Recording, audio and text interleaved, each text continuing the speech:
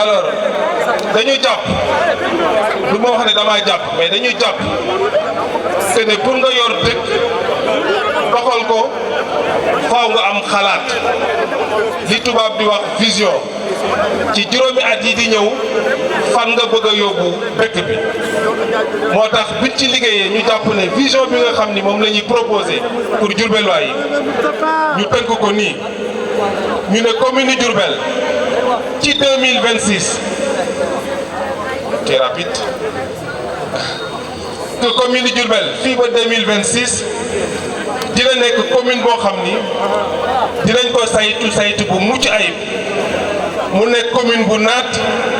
mais nekk aussi commune bu compétitif comme niñ ko waxee mais ci rayonnement culturel maanaam ci acteur culturel aussi dina am jeexital mais aussi bien-être social ñi nga xam ne ñoo dëkk ci Diourbel mais surtout commune boo xam ni day déglu si concitoyens yi donc ci tubaab ñu wax ne la commune de Diourbel à l'horizon 2026 sera. Thalès, tu es plus rapide que moi. La commune de Diourbel en 2026, un territoire bien gouverné, prospère et compétitif, de rayonnement culturel et de bien-être social à l'écoute du citoyen. jàpp nañ ne lii moo nar a tënk lépp loo xam ne nii fas yéene nañ ko def ci juróomi at yi fii ak 2026 loolu nag dafa am ci lu muy sukkandiku muy ci ay valeurs donc valeurs yi de la commune de Diourbel ñu jàpp ci juróom bi ci njëkk mooy responsabilité bi ci teglu mooy proximité commune boo xam ne dafay jege askanam bi ci tegu mooy qualité ci qualité de vie ci qualité infrastructure yi ci qualité relation yi nga am ak concitoyens yi bi ci tegu mooy équité équité mooy koo xam ku nekk ci commune bi li mu yellool ñu jox ko mais enfin bi ci mujj ci valeur yi mooy enthousiasme mooy que ku ci nekk ci commune bi nga am cawarte ak njaxlaf koo xam ni di nga liggéey jëm ci commune bi loolu mooy valeur yi nga xam ni moom la ñu tënk jëm ci programme bi ci tegu bu ñu jógee ci valeur yi ñu ne pour ñu yor commune bi saytu ko dafa am ay principe de gouvernance li ñu jàpp ne moo war a lal caytu gi nga xam ni moom la ñuy caytu commune bi nan lañ koy doxalee dinañ ko xóotalaat ci biir mais dañuy wax réactivité réactivité mooy doo toog rek ba am lu daanu sa kaw nga soog a jóg yëngu da ngay anticiper ci yi nga xam ni mooy ay jafe-jafe li nga xam ni mooy ay soxla askan wi pour mën a indi ay solution bi ci tegul mooy efficacité et efficience efficacité tubaab day wax mooy nga def li nga war a def ak li mu war a jar mais efficience mooy nga def li nga war a def te njëkk li mu yolloon donc loolu tamit jàpp nañ ne principe de gouvernance de la commune la beneen bi mooy transparence lépp loo xam ni commune bi daf koy def dafa war a leer citoyens yi nga xam ni bokk nañ ci commune bi wala bokkuñu ci conseil municipal bi war nañ njëkk war nañ dégg war na am transparence ci loolu ñuy def bi ci des mooy redevabilité redevabilité mooy suñu njaareem joxee seen baat dañoo am nag obligation delloo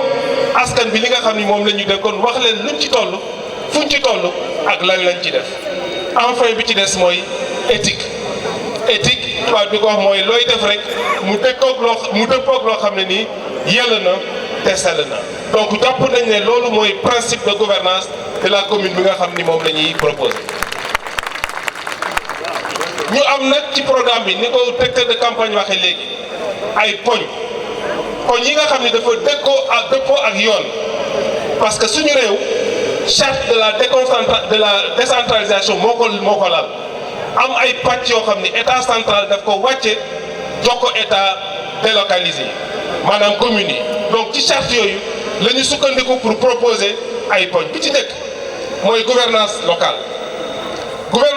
mooy nan la ñu yoree commune bi ci njëkk mooy réorganisation du management communal ñu ne jàpp nañ ne tey commune bi niñ koy yoree niñ koy saytoo am na ay ayib yoo xam ne war nañ ko ci toppi ba nga xam ne yorin bi dina nekk yorin bu mucc ayib bi ci tegu mooy redynamisation des comités de quartier dañoo jàpp ne conseil municipal wala conseil départemental émanation population yi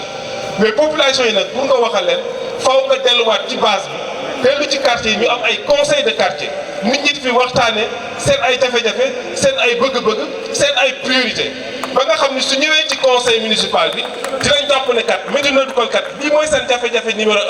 1 lii mooy seen jafe-jafe numéro 2 ba nga xam ni su conseil bi di agir day topp ordre de priorité boobu conseil de quartier yooyu lu am solo la ci liggéey bi parce que ci la ñuy delloo baat askan wi pour ñu mën a wax nan lañu fan lañ jëmalee dëkk bi.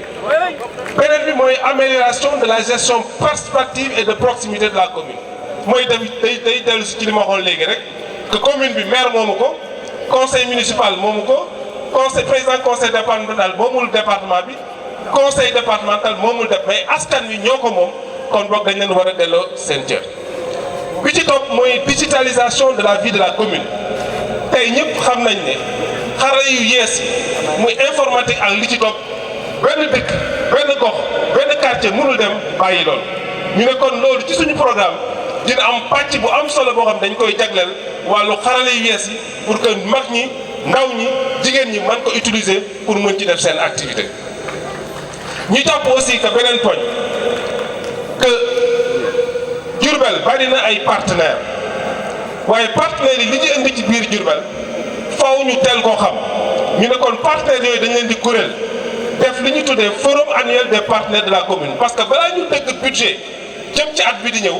war nañ xam li état di indi mais war nañ xam partenaires yi lañ lañ indi suñu liggéey mooy yokk partenaires yi mais bu ñu defee seen forum dañu mën a xam partenaire bu nekk lan lay indi bañ muñ ko intégrer ci budget bi au nom de la transparence pour que population yi mën ko am donc partenaires yi muy partenaires locaux comme partenaires internationaux dañ leen defal forum boo xam ni chaque année ku ne ci moom dana wax lan la bëgg a def lan la mën a def ñaata la mën a indi ba ñu duggoon ko ci budget bi ba nga xam ni Diourbel yëpp dinañ ko xam. ñu ne aussi beneen poñ bu am solo mooy organisation du forum citoyen suñu dawalee at diir dañoo war a toog nag dégluwaat askan wi ñu wax ñu li baax ak li baaxul loolu nag pour ñu def ko il faut ñu def ay forum citoyen. beneen bi ci topp mooy gestion transparente et redevabilité wax naa ko lépp loo xam ne ni day dugg ci commune bi day dugg ci conseil bi muy commune wala département dañ ko war a tracer ba population yi ku nekk mun ci wax sa xalaat gërëm bu ci génn ñu xam ne fii lañ ko dugal ndax ñu méngóo na ak suñu ay bëgg-bëgg. beneen bi mooy optimisation de la gestion de l'état civil état civil mooy fi ñu defaree këyitu judd yi ak loolu li am njaareem gàcce la ci ñun yëpp xale yi juddu mënoo am carte parce que amoo extrait de naissance loolu topp nañ ne chantier bu mag la bu yees boo xam ne ni war nañ ko taxawal pour que ku juddu am kayitu juddu ku jàng war a def examen am kayitu donc loolu bokk na ci priorité yi. beneen bi ñu ne nit ñi nga xam ne ñi ngi liggéey ci mairie bi wala di liggéey ci conseil départemental war nañ leen tàggat waruñu rek nekk ay nit yoo xam dañ leen jël ndax yaa ma neex bu ñu amee nañ leen dooleel nañ leen jàngal nañ renforcer seen capacité ba nga xam ni li tax ñu jël leen ci collectivité yi ñu mun ko def loolu tamit axe bu am solo la ci ñun. bi mujj ci gouvernance locale mooy redynamisation de la coopération décentralisée et mobilisation de la diaspora njaareem bari na ay doomam yoo xam ne ñu ngi bitim réew picc nga ca kaw waaye xel maa ngi ci suuf ñoom ñëpp ñu ngi seetaan tey ndax xale yu bees yi may wax ak ñoom que ñoom dañoo am place ci li nga xam ni loolu la ñuy liggéey fii ci dëkk bi ku ci nekk ci ñoom boo ko gisee bitim réew yéeneem mooy nu muy def ba bokk ci ñuy defar njaareem yéeneem mooy nan lay def ba njaareem jóge fii mu nekk dem fële ci kanam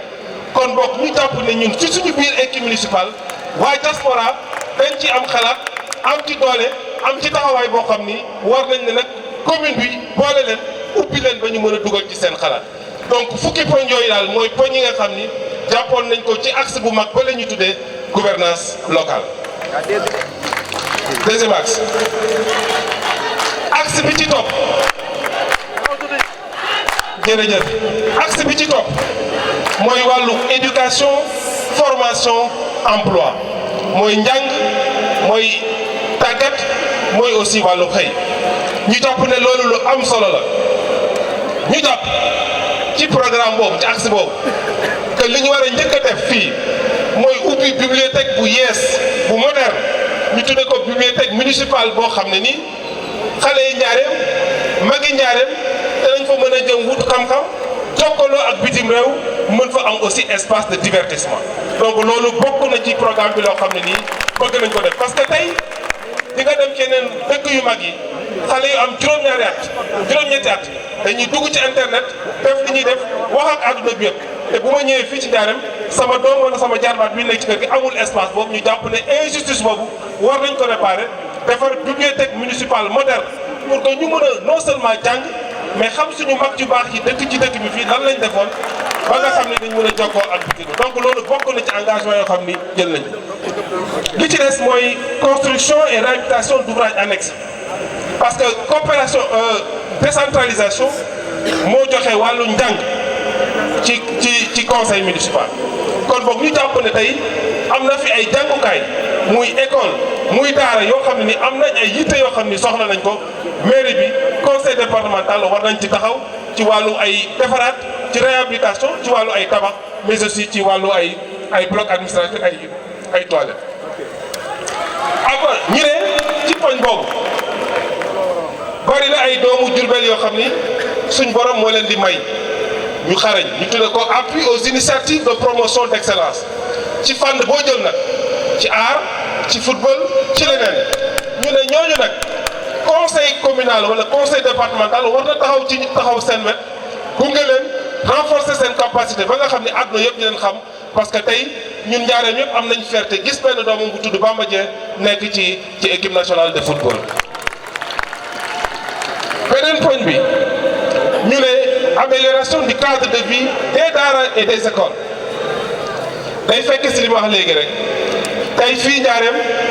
su ma amee sama doom yóbbu ko daara keneen am na doomam sañ-sañam yóbbu ko ci école française waaye ñooñu jàngkatu xam-xam yooyu yëpp muy daara et école war nañ leen gunge ci réhabilité ko defaraat ko pour que njàng mi xale yi mën a jàng ci ay anam yu mucc ayib.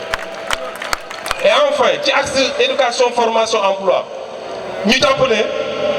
tey doomu njaareem am na xarañte ci yëngatu ci kurkur yi pour mën a am liggéey ñu ne kon tey conseil municipal war na mën a am koppar yoo xam ne da ko dugal ci wàllu employabilité maanaam jàngal jigéen ñi tàggat ndaw ñi mais aussi am kuréel boo xam ni dina mën a def ay financement pour que ñooñu mën a yëngatu ñu tuddee ko crédit municipal.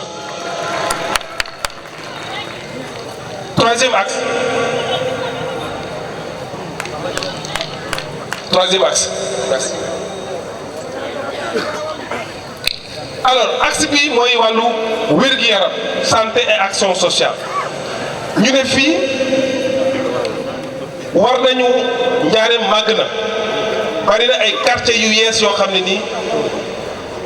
kuréel yi ñuy fajoo wala di fa def leneen sori na leen ñu ne kon ci axe bu njëkk bi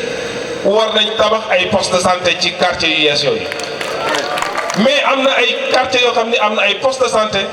ay la yéwén jaadu na ci centre yooyu ñu defaraat ko ñu yeesalaat ko mais aussi yeesal équipement yi donc loolu moo jiitu ci fànn bi ñu tuddee santé action sociale. beneen bi mooy renforcement du parc automobile ci wàllu ambulance ci wàllu corbillard ci wàllu ambulance municipale loolu tamit bëgg nañ ko def ci axe bi ñu jàpp ci axe boobu ba léegi beneen point bu am solo mooy SAMU municipal pour la coordination des urgences day fekk si li ma waxoon léegi bari na ci dëkk bi quartier yoo xam ni sori nañ xëy na guddi bu la tawat dalee matu dal suñu mbokku jigéen ñi xëy na balaa nga egsi ci hôpital wala poste de santé dina xaw a yéex di nga am jafe-jafe ñu ne kon dinañ taxawal un SAMU municipal bu mën a coordonner les urgences médicales. beneen bi mooy renforcement du personnel professionnel mooy kuréel yi ci wàllu wér-gu-yaram bari na ci ñoo xam ne ñu ngi ciy liggéey xëy na seen xam-xam ci wàllu faj bariwul noonu parce que ay personnel d'appui la ñu ne kon war nañ yokk seen xam-xam bañ mën a gën a taxawu nit ñi ci accueil mais aussi ci gunge ak ci faj. beneen bi mooy mise en place d'un conseil communal de santé dañu jàpp ne santé compétence décentralisée xëy na mën nga am ci biir équipe municipale commission santé mais ñu jàpp ne lii lu am solo la ba nga xam ni war nañ taxawal benn commission de santé boo xam ni borom xam-xam yi nekk ci dëkk bi te nekkuñu conseil municipal docteurs yi ak tout ce qui tourne autour de la santé dinañ def benn conseil bu ñuy waxtaane naka la ñuy defee naka la conseil bi di jàppale wér-gu-yaram ci biir commune de Diourbel. Et enfin ñu ne dinañ def benn mécanisme d'action sociale communale mooy commune bi nan lay jàppale néew ji doole ñi nga xam ne aussi gàllankoor daf leen dal pour que ñu mun leen gunge. beneen axe bi mooy domaine planification développement durable environnement boobu nag dañu wax ne tey njaareem bi ci njëkk mooy commune rurale yi ko wër boo jëlee wet gii Ngoye moo fi nekk boo jëlee wet gii Tooki moo fa nekk boo jëlee wet gii Pataar moo fa nekk boo jëlee wet gii Touré Mbond moo fa nekk ñooñu ñëw ceinture njaareem tey ba tey njaareem amul espace foncier amul suuf soo xam ni su bëggoon def ay investissement structurant dina ko fa mën a def amul. ñu ne loolu nag pour ñu régler ko faaw ñu développer li tubaab di wax intercommunalité ñu waxtaan ak Ngoye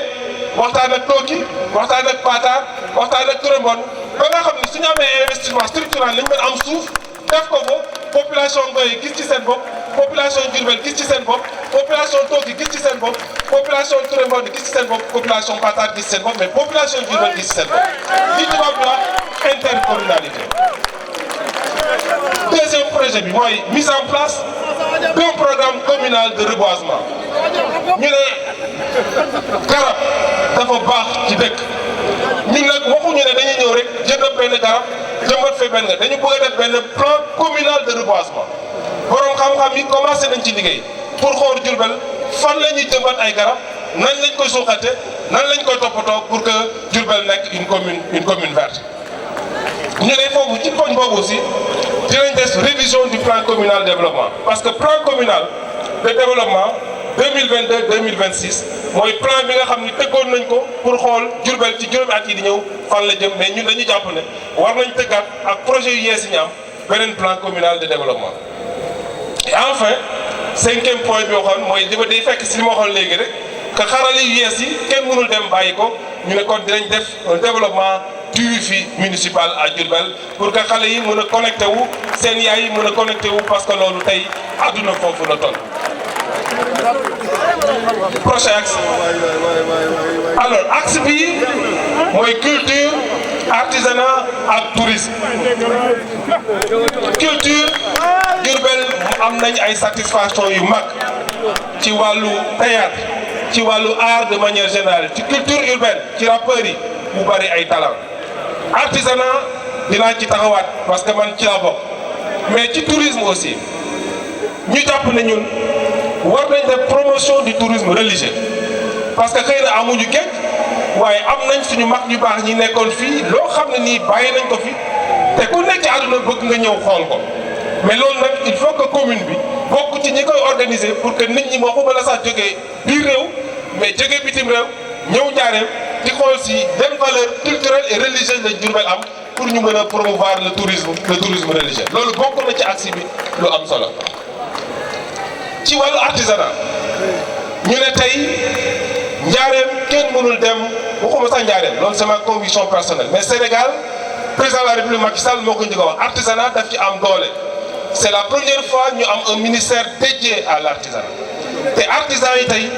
jàpp naa ne war nañ am zone de production mais zone de commercialisation et d'exposition ñu tudde ko zone d'aménagement artisanal jël nañ engagement man ak borom xam-xam yi ko wax su ngeen ñu dénkee baat dinañ defar une zone d'aménagement artisanal foo xam ne artisans yi lañ fa mën a liggéeyee mën nañ fa mën a exposer dinañ fa mën a jaay jógee ci taatu garab yi ak ci mbedd mi nga xam ne chaque jour ñu bëgg leen fa jëlee loolu bokk na ci programme ñu jàpp aussi que war nañ def bés Diourbel war na am bés ñu tuddee ko organisation du festival de Ndiarème bari na lu ñu war a mën a lu ñu war a mën a wane mais xëy na souvent du ñu am occasion yi li ñuy am mooy souvent tailleurs yi def seen journée tëgg yi defar seen journée artisans yi def seen journée mais li ñu jàpp mooy ñoo ñëpp borom xam-xam yooyu yëpp mën nañ leen kuréel def li ñu tuddee festival de Ndiarème ba nga xam ni lépp loo xam ne nii doomu Ndiarème def na ko développé na ko mu nekk réussite dans le monde entier war nañ ko mën a wane ci festival boobu. ci ma doon wax léegi rek ci attribution de bourse de performance parce que ñi nga xam ne nii ñi ngi yëngatu ci art di def théâtre je fais un clin d'œil au nouveau-né la troupe théâtrale nouveau-né ak ñeneen ñi nga xam ne nii ñi ngi bay seen waar te amuñu doole mais ñi ngi def ay merveilles sur le plan national et sur le plan international ñu jàpp ci loolu ak ci artisanat ñi nga xam ne nii suñ borom may na leen xam-xam ñooñu war nañ leen gunge par des bourses d'excellence pour ñu yokk seen xam-xam ci biir réew wala ci bitim réew ba àdduna yëpp xam leen. bi mujj jeunesse sport loisir loolu it di lu am solo ñu jàpp ne Njaaréem benn stade régional la am muy Elimanel Fall ñu jàpp nag ñun ci suñu programme war nañu am un stade municipal mu am ñaari stade fii ci Njaaréem moom lañ bind na la ci kaw. bi ci des mooy les stades multifonctionnels plateau multifonctionnel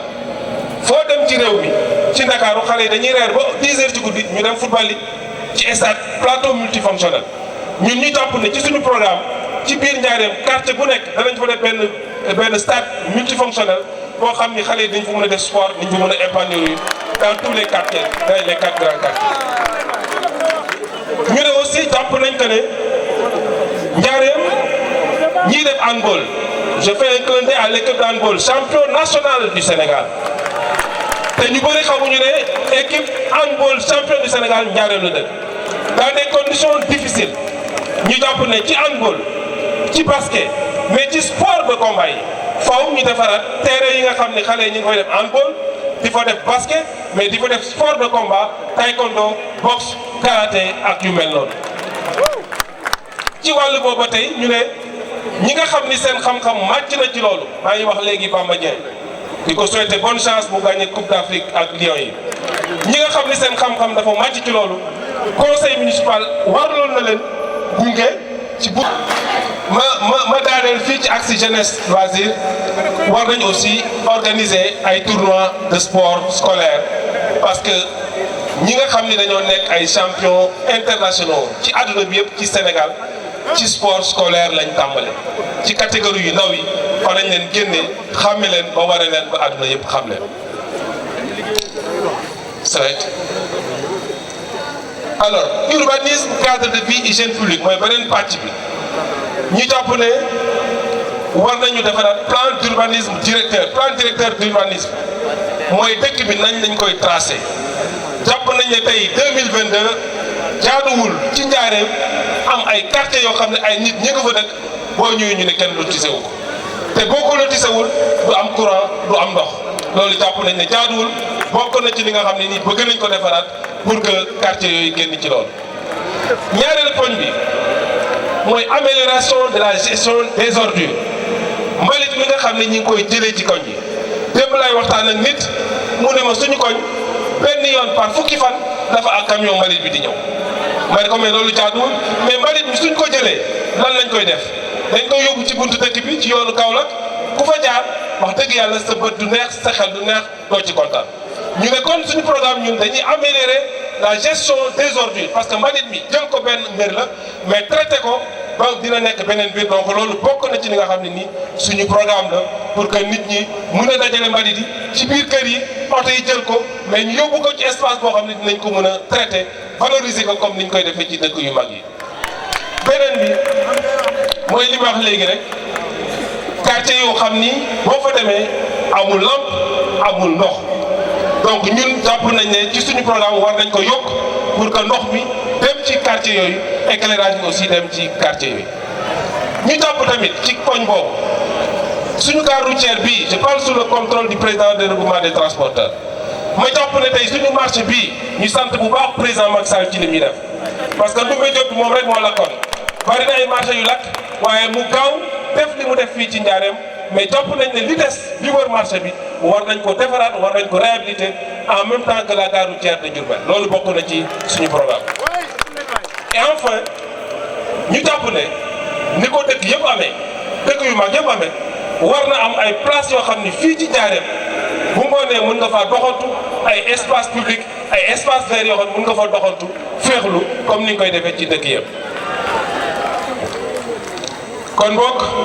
loolu mooy pàcc yi nga xam ni moom la ñu tëgg ci programme bi dinañ ko tirer wasaare ko pour que waa Njaareem yëpp gis ko xam ko fii ñu jëm le 23 janvier ma daaneel ci fii ma wax ne lii la ñuy tuddee profession de foi le 23 janvier 2022 nous décidons pour les 5 années à venir du futur maire et de l'équipe municipale. La liste Benno Bokk Yakaar qui regroupe des hommes et des femmes d'âge d'horizon et de compétences diverses réunis autour de valeurs partagées vous propose de leur faire confiance et s'engage pour la mise en œuvre d'un programme d'action réaliste qui s'adaptera à des dépenses maîtrisées. Avec une équipe ancrée dans le réel, un nouveau souffle est possible pour Diourbel. Kon bokk ñu ne allons de l'avant, préparons l'avenir parce que nos attentes sont les mêmes et que nos enjeux sont communs. Voter la liste Benno Bokk Yakaar, c'est voter la liste d'une équipe à l'écoute. Aucune question ne sera sans réponse. Aucun quartier ne sera oublié. Toutes les décisions seront construites, co-construites et partagées. Je vous remercie de votre attention. Vive la coalition Benno Bokk Yakaar. Merci beaucoup, monsieur le ministre. Avant de s'asseoir, je vais demander à notre frère Moustapha de nous rejoindre. Félicitations, mais je voudrais demander à tout le monde de se lever, s'il vous plaît, tout le monde sans exception. Serigne si sax ñu jégal ñu na ñëpp jóg ngir suñu candidat yi na ñëpp jóg ngir Diourbel.